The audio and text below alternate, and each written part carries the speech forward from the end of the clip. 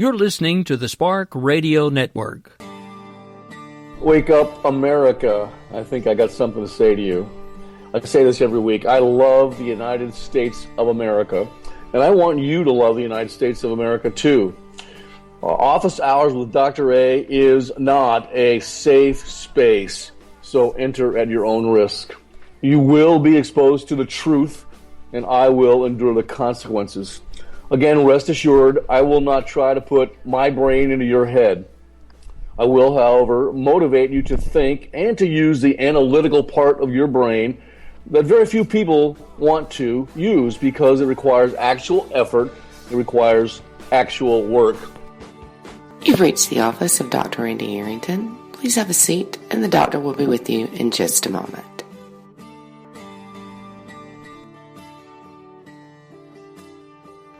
Hey, good afternoon, America, and hopefully some of the internet listeners all around the world.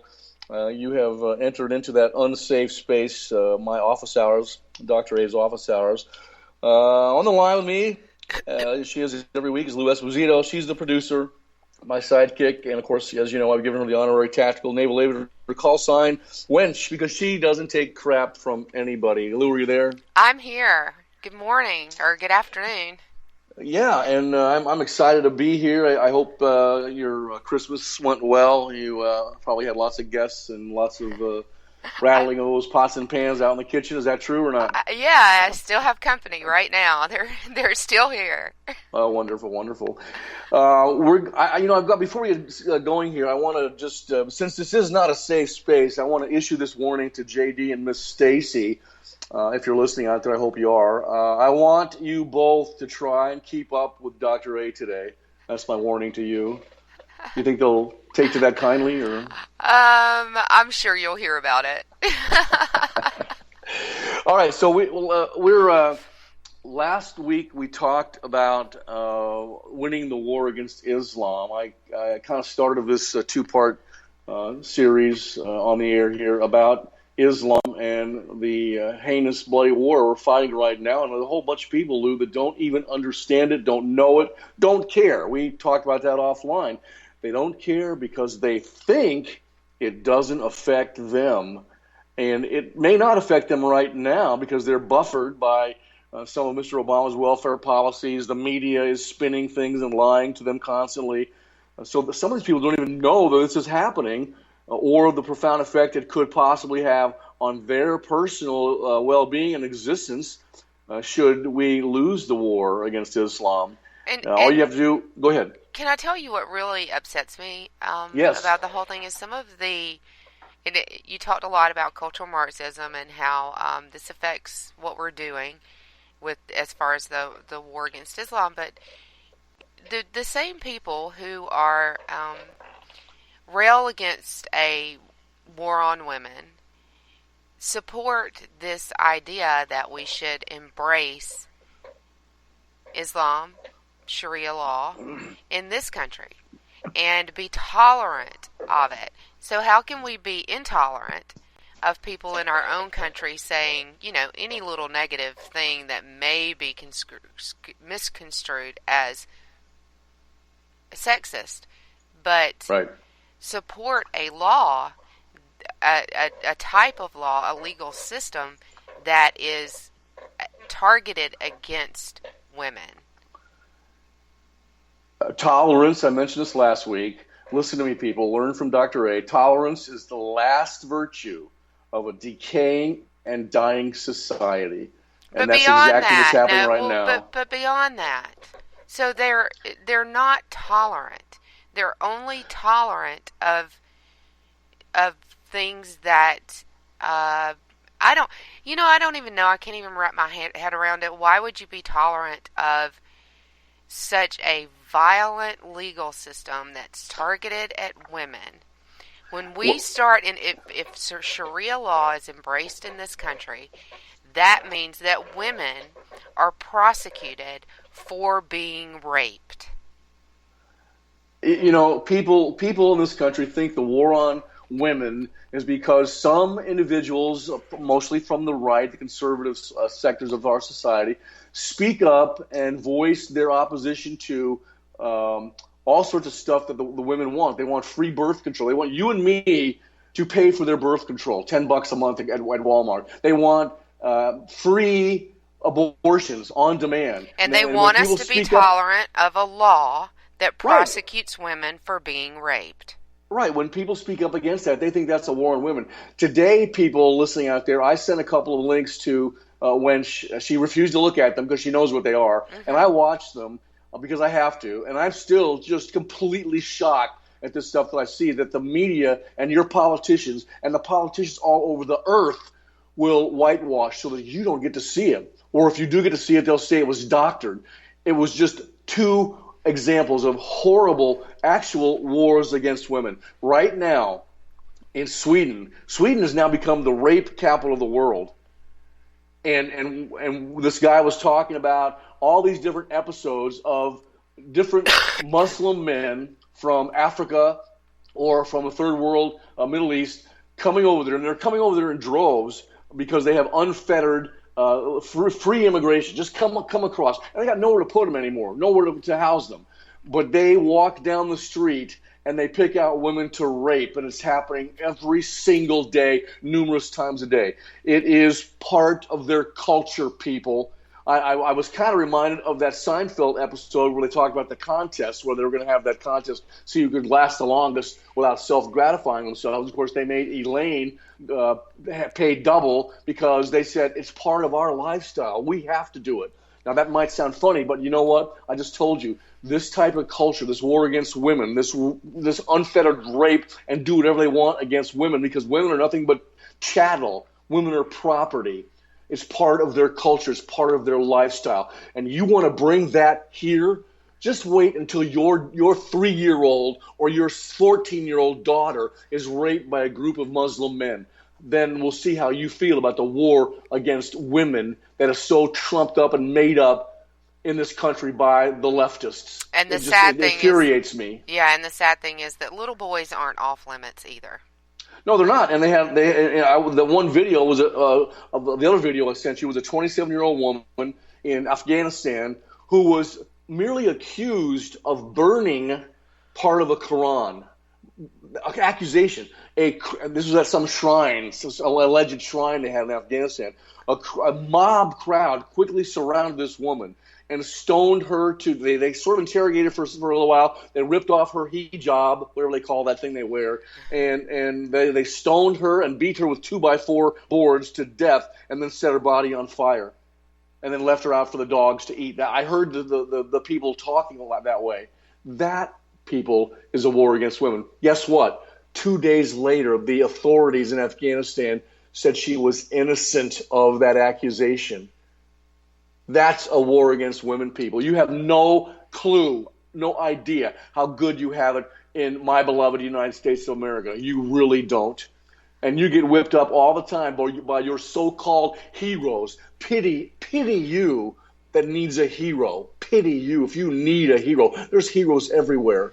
Your mother was a hero, hopefully. Your dad was a hero, putting food on that table for you growing up so you could go to Yale or Berkeley and then badmouth your professors and badmouth this country. And that's a really good point. That's a war on women. And that's a really good point, because we don't give the real heroes in our life credit, and we look for people to save us. And it's I think I tease JD and Stacy and Jody and Diane, Jared. I think they're heroes as part of if you want to call it the alternative media, which you and I are part of, out there having the guts, Lou, having the courage to speak the truth. And they get excoriated. Oh yeah, we endure a lot of consequences. Yeah. Well, they're heroes as well. Trust me on this, people. Let's talk about this. Well, I told you that the United States right now and the Western world is at war with Islam, and we are.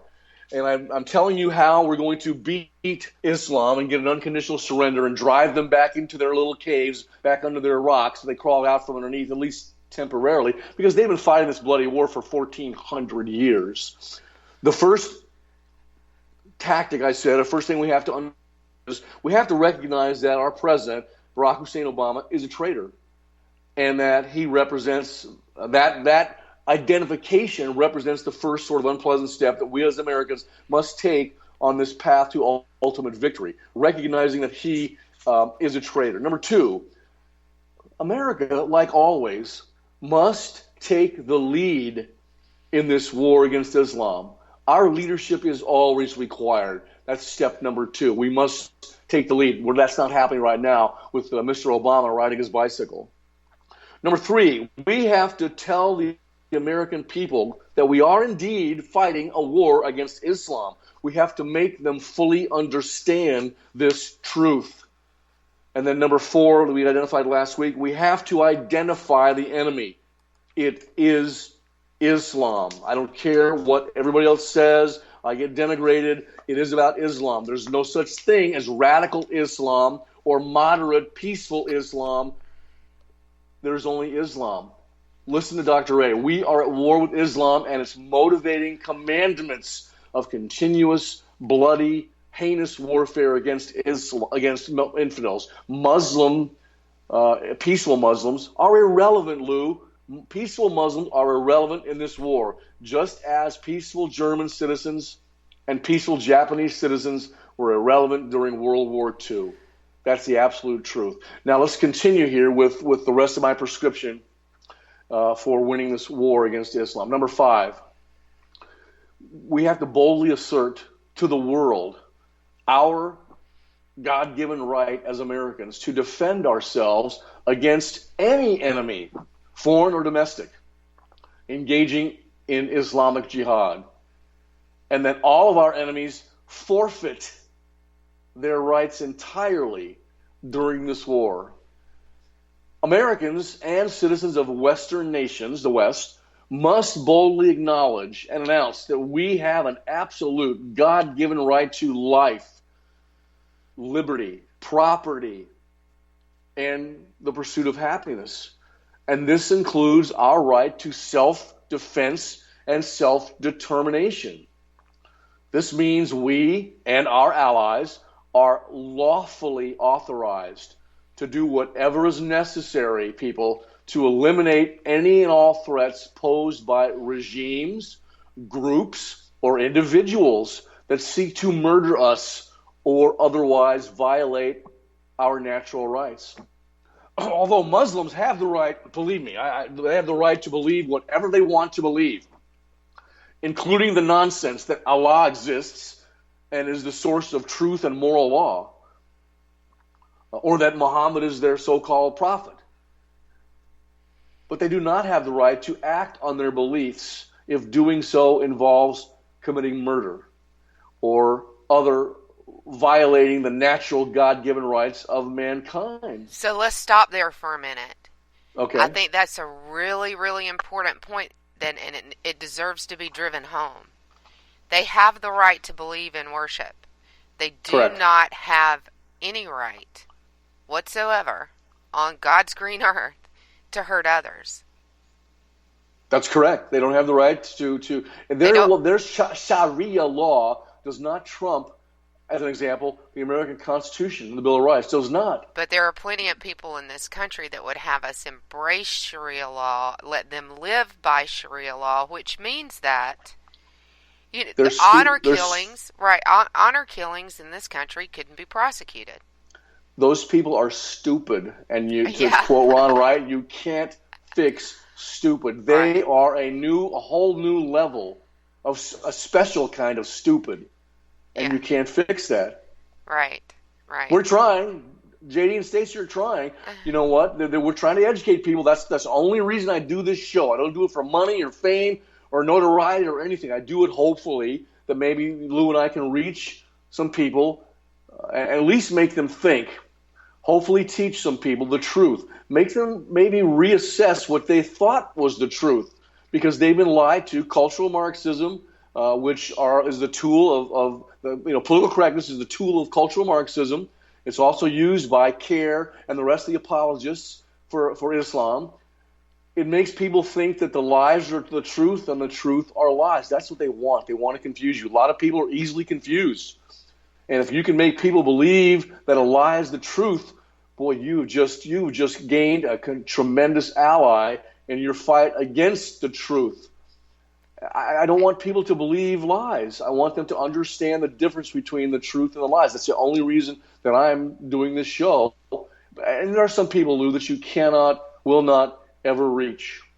I don't think Mrs. Clinton, which we're going to talk about as a sociopath and a pathological liar in the coming weeks, can be reached. You know what? I actually think she knows the truth, but she is so deeply invested in her lies with a 47% of the Americans, like Romney was talking about, that she can't disavow what she's spouting as the truth. She knows their lies. I truly believe that, as does Barack Hussein Obama. You took the words right out of my mouth, because I was going to make the point that I don't think for a second that they think that they are lying, or that they think that they're not lying. I think that they know very well what they say is not the truth, but they have an agenda and they have a reason for saying it, so they're going to say it anyway. And I just challenge people to really look very closely at what they're hearing through this election cycle, and whether or not it makes sense.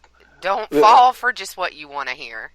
Obama and Clinton are nothing but, they're tantamount to old Wild West snake oil salesmen. Mm-hmm. Only what they're selling won't just make you violently ill and make you throw up. What they're selling will destroy your life and your country, and you can't see it, people. You've got to wake up and understand that what we're telling you is the absolute truth. You know, although Muslims have the right, again, to believe whatever they want to believe, they don't have the right to violate your God-given rights. The very idea of a right to violate the rights of other human beings is a patent contradiction in terms. And although human rights are inalienable, they are, however, not unrelinquishable. You can give up your rights. A person can relinquish his or her rights by violating the rights of others. That's why we have prisons and punishments. Jihadi terrorists and the entities that support them have forfeited their human rights entirely. John Locke, who was Lou's favorite state of nature political philosopher, John Locke taught us that any person, listen to me, people, listen to John Locke, learn from John Locke. Any person who violates the laws of nature has given up their natural rights, and it is the duty of every other human being to remove them from civilized society. In other words, it's our right and our obligation to cut that cancer out of civilized society. And it wasn't it wasn't argued when it was Hitler, and I do not see the difference. There is no difference. Right. Except I think they're more heinous than Hitler. Hitler learned from them. Did you know that? The mullahs went to Germany and taught Hitler about the Jews. Yeah. Right. Well, exactly. And very few people know. I mean, you're getting into really the minutiae of the history there that 99.9% of people just don't know, and that's part of the problem. Are you handling me? A little bit. You want let's take a break and let you rest your voice, because you're very passionate this afternoon, right. And you're gonna run out of steam. You think JD and Stacey are keeping up with this line of argument? I know Diane and Jody are, but yeah, I'm gonna let JD take that one up with you. All right, we'll be right back.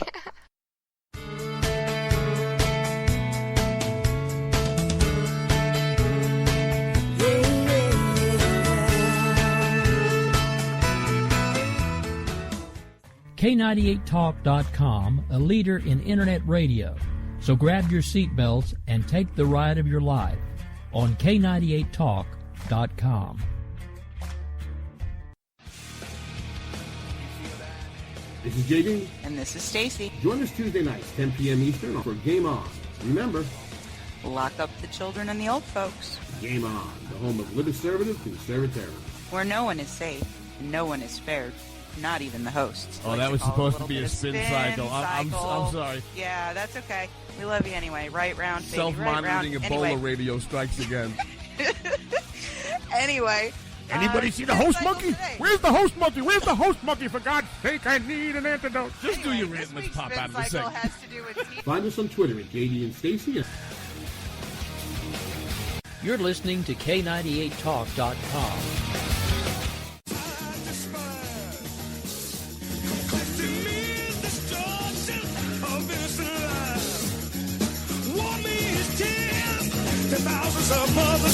The internet will never be the same. You're listening to K98Talk.com. Good God, y'all. What is it good for? Absolutely. All right, we're back, and just for the record, my Christmas present was not a Saturday night special, Doc, but it is a Ruger 9mm. Oh, you know what, Lou? When we, as Americans, kill the radical, violent, murderous Muslims in retaliation for their heinous behavior, their vile behavior, we do not violate their rights, because we cannot violate a right that has ceased to exist. So that's number 5 on how to win the war against Islam. Number 6, explain and make certain that the American people know exactly what victory, total victory, looks like for our nation. We win, they lose. We win, they lose, Ronald Reagan said. America and the West cannot win this war if we do not know exactly what victory looks like and its true meaning. If we want to win this war, we must define victory, and we must do so in a manner that specifies what is necessary for all of us to defeat and annihilate this Islamic scourge and return to a normal, jihad-free lifestyle. Victory looks like this, people: elimination of all Islamic regimes that have in any way sponsored or supported jihadist attacks against America and the Western nations. Elimination of all known jihadist groups and individuals that have attacked, supported, or encouraged assaults against America or the Western nations. Only when this two-part goal is achieved can we return to a normal, again, jihadi-free lifestyle.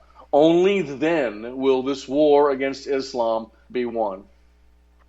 Number 7, utilize, listen to what I'm telling you, all of the weapons in our military arsenal to defeat this Islamic jihadi enemy. Right now, our commander-in-chief, the Islamo-communist in the White House, I guess he's in Hawaii right now, is not using all of our weapons. In fact, he's not even allowing our F-18 and F-35, or whatever, I guess F-35 is not available yet, but our F-22 guys, F-16s, they're not even allowed to drop their bombs. 80% of them come back. They come back without dropping their bombs, And Lou. this is my biggest problem with what he's doing, and I have a lot of problems with a lot of things. They're deploying special forces into harm's way and not giving them appropriate rules of engagement that actually puts them in more danger. They're flying sorties over areas that, with the Russians involved and the Turkish military involved and all of these different military that are involved.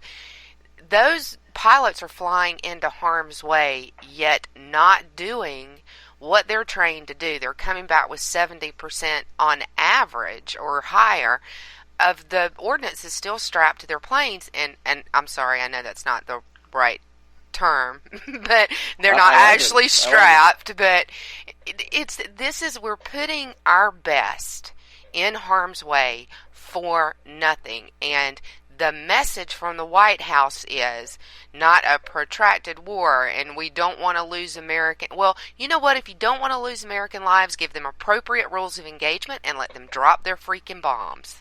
Right. The naval aviator in his tactical jet is strapped to the jet. The weapons are attached to the jet. It reminds me of my CAG, I think it was CAG 2, Air Wing 2.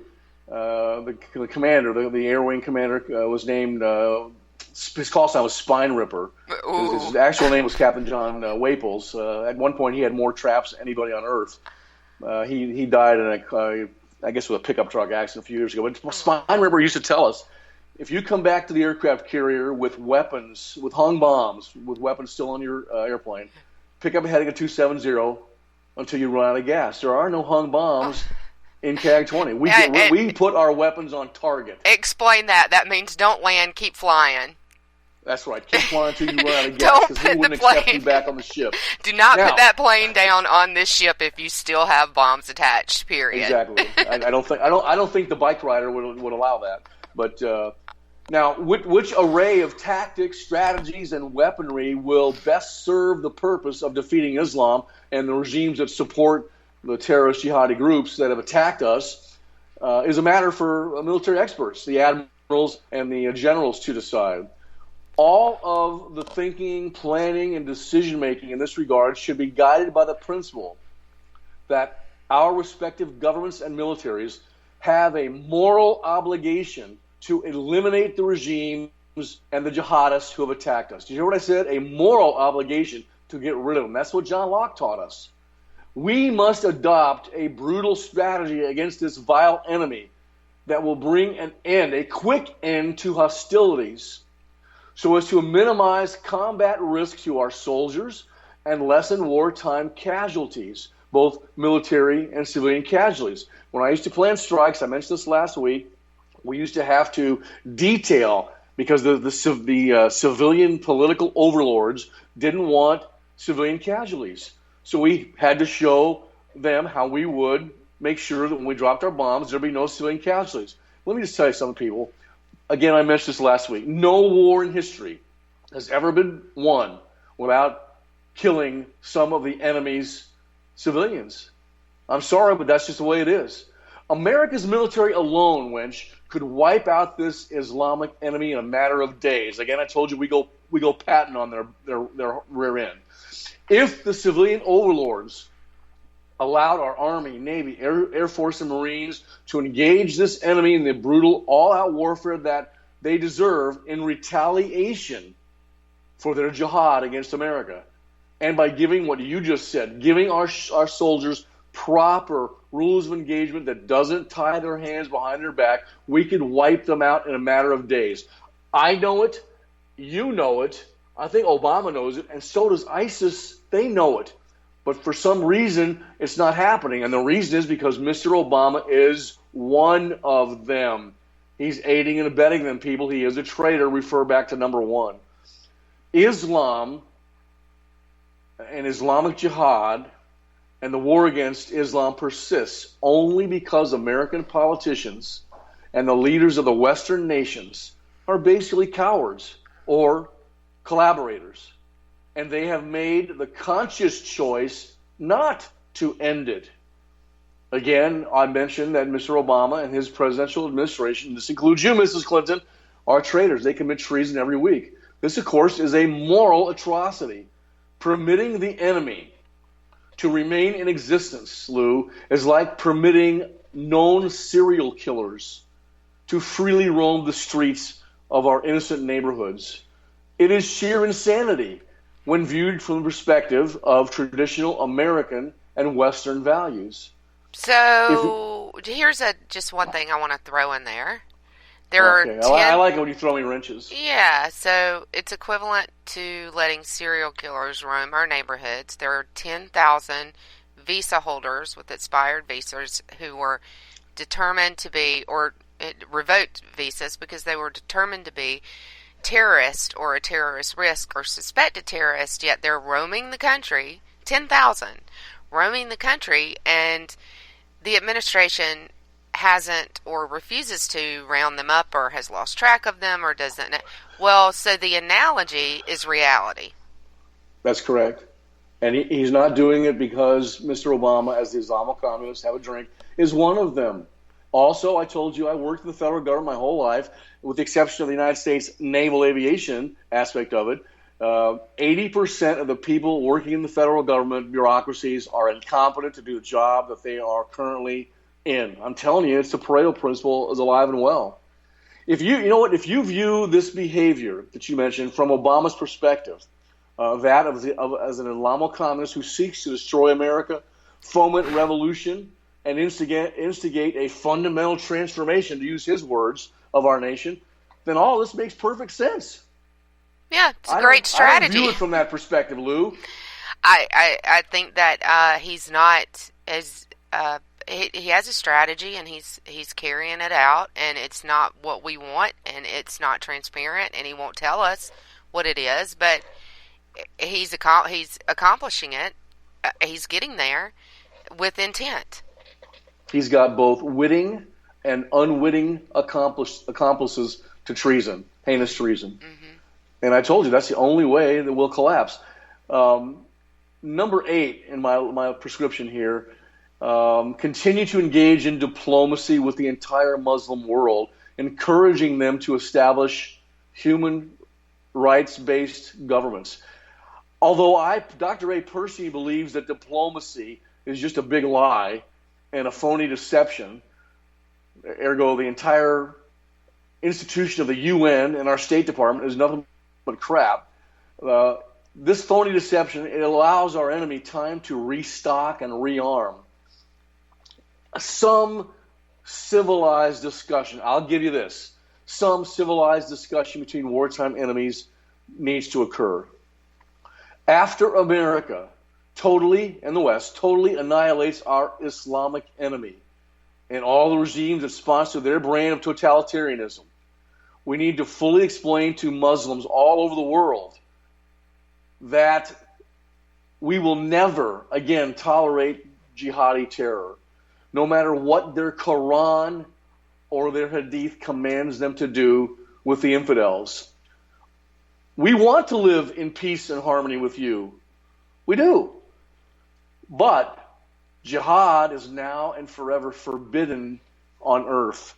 The message is this: cease jihad or you die. I think that's a great message. Can I clarify? Yeah, can I clarify that a little bit?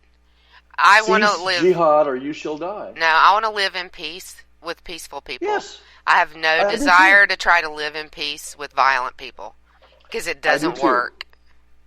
I told you last week. I think that Muhammad is basically he's not a prophet from God. He's Satan's emissary, and he created 1.6 billion other emissaries from Satan. And it comes straight from, and as does Allah, the moon god that he picked from the other 359 to be God. But you got to cease jihad or you die. You must repudiate all forms of rule by Islamic or Sharia law. And then you must establish governments that respect God-given individual rights. I want to live with you in peace. But if you come after me as the sheepdog that I am, I'm going to make sure that you are violently stopped from what you are doing. It doesn't mean I'm going to necessarily kill you. I may have to, but I'm going to do whatever I have to make you stop from doing what you're doing to self-respecting innocent individuals, me included. You must have complete separation of Islam and the governing apparatus of your nation state or your community. And then I'll live with you in peace and harmony, Lou. Cease jihad or die. Number 9, we have to make certain that the enemy jihadists and any government that sponsors them or group that sponsors them know that they are going to be held fully responsible, Lou, for all the carnage that results from our combat operations against their heinous aggression. This is a matter of what is called the law of causality. He who initiates physical force against people is indeed morally responsible for any and all death and destruction caused by the retaliatory force that he thereby necessitates against his actions. Islam, the jihadists, and their sponsoring nation states and groups are therefore fully responsible for all of the retaliatory consequences. They speak the lies, they engage in this heinous behavior, they must endure the consequences. Dr. A speaks the truth and then endures the consequences, of which there are many. They speak lies and engage in satanic warfare. Therefore, they are fully responsible, morally responsible, for all of the consequences that take place in retaliation. How do you like that, Lou? I like that, but I want to clarify that you're not just pulling this, they're Satan's emissaries out of your head. It's their behavior that's led you to believe that. The beheadings, the rapes, there's something. If those things happened within any other cultural group, any other religious group in the U.S., we would chase them down, prosecute them, call them what they are, serial killers, Satanists, whatever, and put them in jail. I thought you were going to say I pulled it out of my hind end, not my brain. Not on the radio. Yes. No, you're right.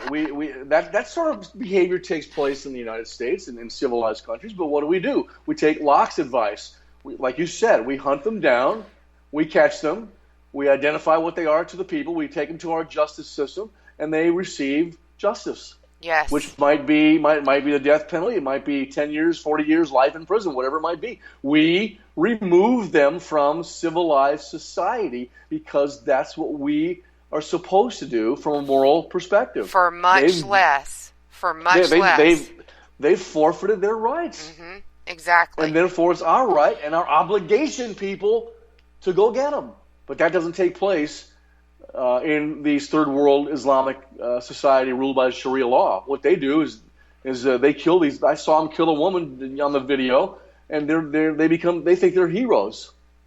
They think that if they do this stuff, and for some reason they get killed during their alleged holy jihad, they go straight to Valhalla or wherever they go to. Their culture that's Viking. Stop the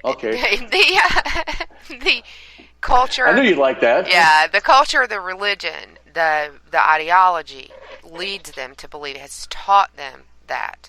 They go straight to yeah. their idea of heaven and get their 72 virgins, which I personally think having to teach 72 virgins how to have sex is a punishment, not a radio not a reward, doc. But, I'm sorry, that'd be a punishment for me and for JD.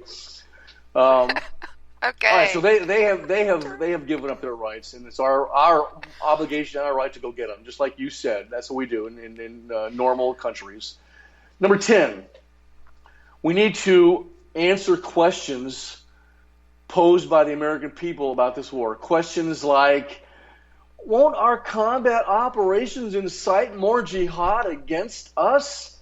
This notion, which is often put forth as a rational, logical argument by the lefties and by CARE and the other Muslim apologists, is absurd.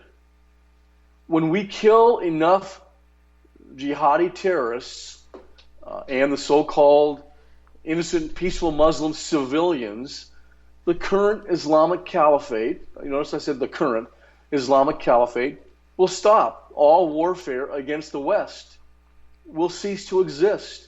Again, I mentioned to you, and I think on the air, General Blackjack Pershing in the Philippines, what he did to stop the Muslim attacks, terrorist attacks on him while he was the general in charge in the Philippines. Yes, I just want to know where to ship my pig's blood so that they can dip our bombs in them. Dip our bombs in it, our bullets, and I guess if allegedly if they come in contact with pigs, then they don't get to go to heaven. The latest vile thing that they've said that they can do in ISIS is they can harvest the organs of living infidels to save Muslim lives. Well, what if those living infidels have been eating bacon every day for the last 50 years or 20 years? Well, if we're infidels, we have been. Yeah. So, exactly. Yeah, that's bizarre. Well, and I told you, why do you think that it is that these Muslims are so averse to pigs? And the story I told you, the analytical the analysis I came up with was this. Remember the story in the Bible that Jesus took out several demonic entities inside of this woman, satanic entities, demons, and cast them out of her body and threw them in the pigs, and the pigs ran over the cliff and all died. I'm thinking that might have something to do with why they're so deathly afraid of pigs. That very well could be, and I think that the important thing to recognize there is from the very beginning, the setup of Islam versus Christianity.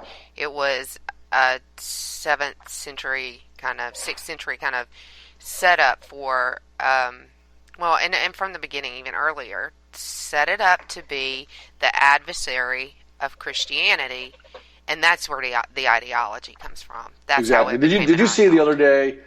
Now, here's an example of a true leader and a true civilized man. Bibi Netanyahu, Prime Minister of Israel, put forward a video where he wished Christians around the world a Merry Christmas. That to me is a true leader. He probably doesn't believe that. He's a Jew, so he doesn't believe in the Christianity and doesn't believe in Jesus Christ as the Messiah, and we celebrating Christmas.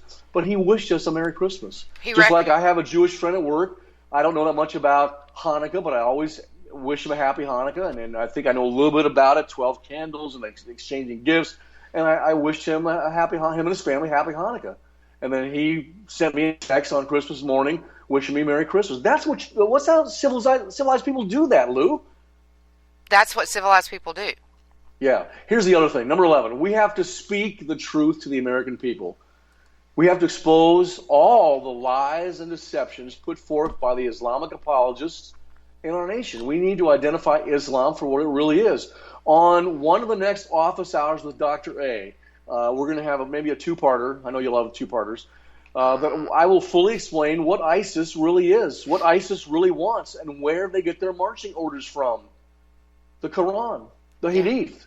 True conservative American patriots must not allow the lefties and those Muslim apologists to get away with apologizing for or misrepresenting the exceedingly evil so-called religion. Or funding. Exactly. I told you Islam is not a religion.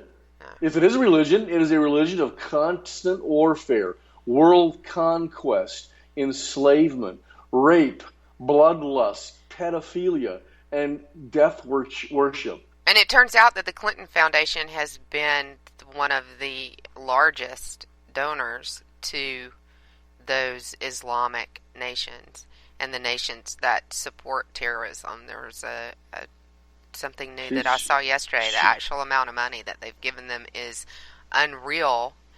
The amount of money that they've received. The amount of money that they've received from those countries is unreal versus the amount of money that something like the International Committee of the Red Cross or Red Crescent has received from those countries is minuscule.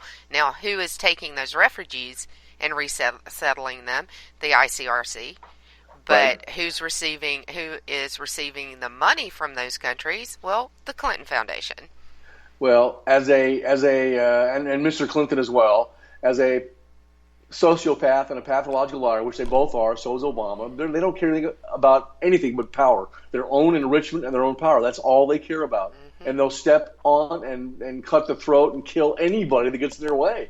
You know what, people? If Islam is religion, it is a religion of unspeakable evil and horror.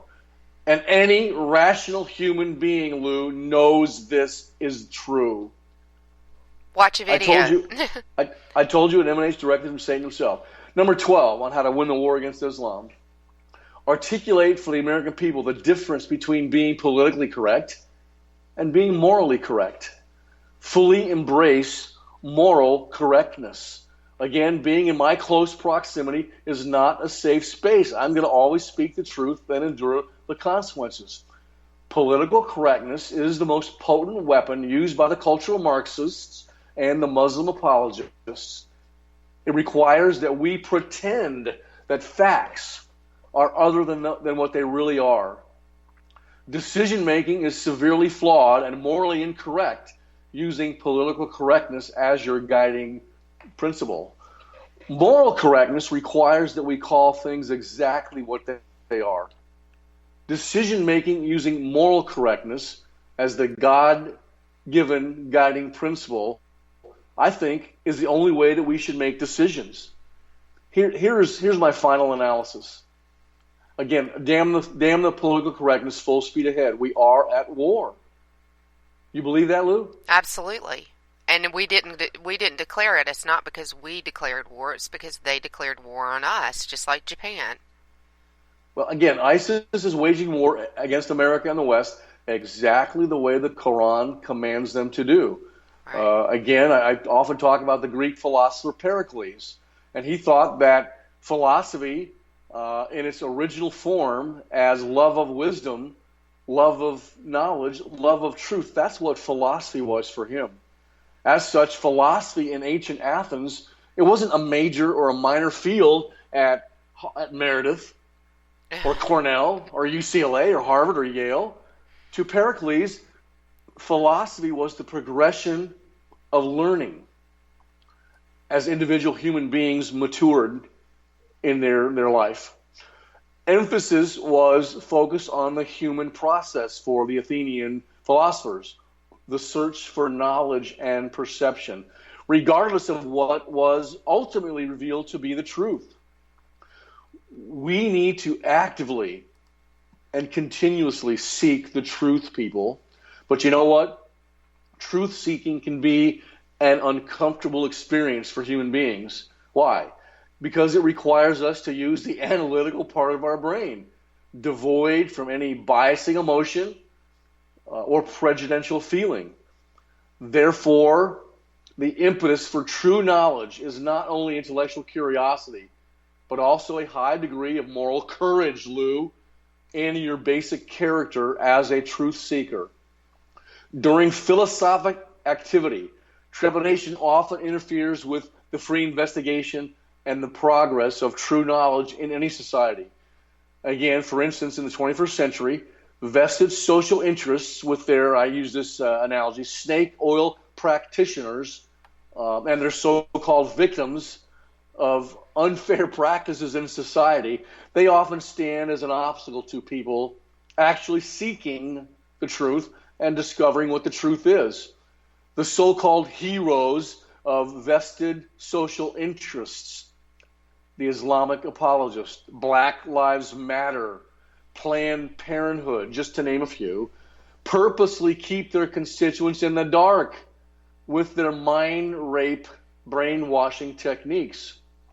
Because their continued ignorance is their ultimate source of financial longevity and their phony status as heroes. It is typically just a few groups in society that construct false heroes because their particular demographic needs champions like Mrs. Clinton asks to be. They need champions to bolster the failed groups of people in society. Again, like we mentioned in the beginning of the show, we have plenty of unsung, unheralded, true American heroes who don't need adulation. And in fact, they actively shy away from that type of acclaim. Socrates, at his trial for treason, made this stunning claim: the unexamined life is not worth living. Meaning that human beings must constantly search for the truth and examine themselves to ensure that they are of virtuous moral character. Again, as I've stated previously, America will never be destroyed from outside, people. If we falter and lose our freedoms, it will be because we have allowed our nation to be destroyed from within. Let me say that again. If we falter and lose our freedoms and our country, it will be because we have failed and allowed our nation to be destroyed from within. Meaning that good men and women did nothing to stop treason and the collapse of America. Cicero taught us that a nation can survive its fools and even the ambitious, but a nation cannot survive treason from within. An enemy at the gates is less formidable, for he is known to be an enemy.